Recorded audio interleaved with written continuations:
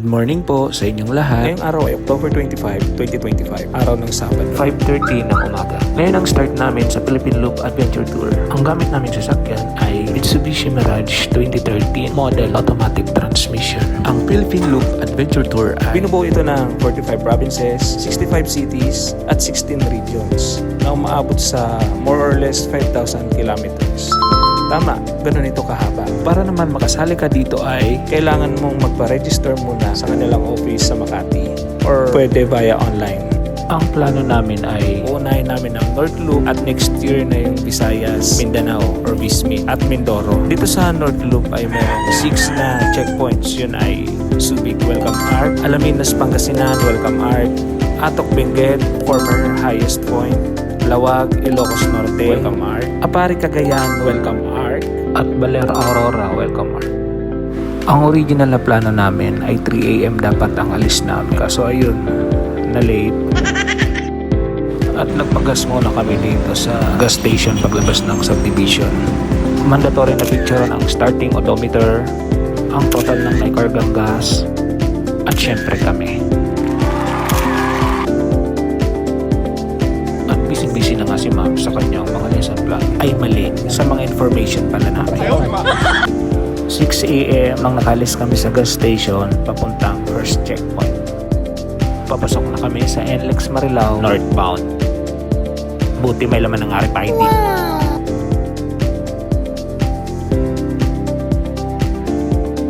Dito binabaybay na namin ang kahabaan ng NLEX. At makikita nyo naman kung gaano kapuno ang aming munting sasakyan.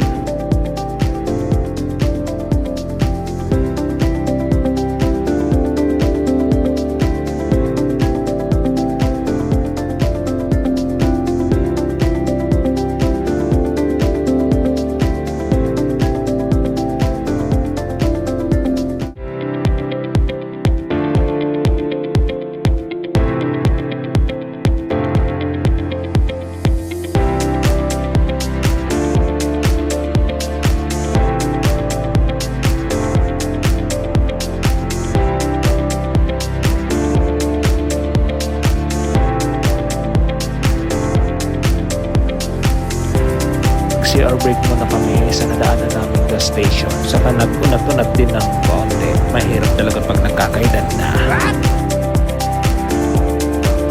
Sa wakas dumating na kami sa aming first checkpoint, ang Subic Arc, Zambales.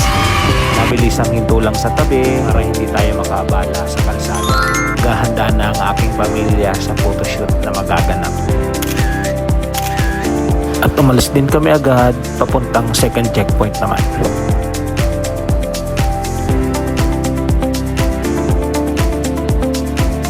At nakita namin si Macdo na tinatawag kami dahil di pa pala kami nag-aalmusan. Bale, breakfast lunch na ang mangyayari sa amin dito dahil anong oras na din.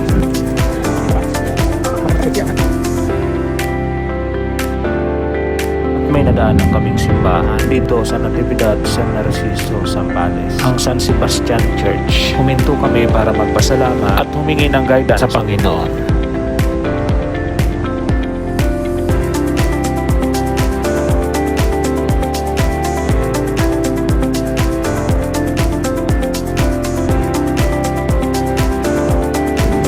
Nagpagas ulit kami at nag-CR break dito sa Masinloc, Zambales yan.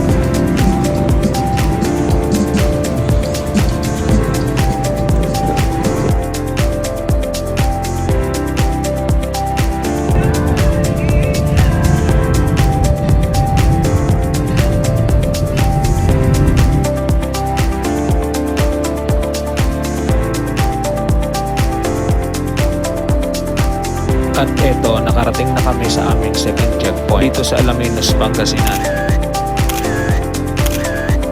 Pagtapos ng picture, tuloy na kami papuntang Baguio nito dahil dun pa ang aming accommodation. Bandang Soal, Pangasinan na kami nito. At anong oras na nga, kaya nagmerienda muna kami dito sa Kapitana Cafe.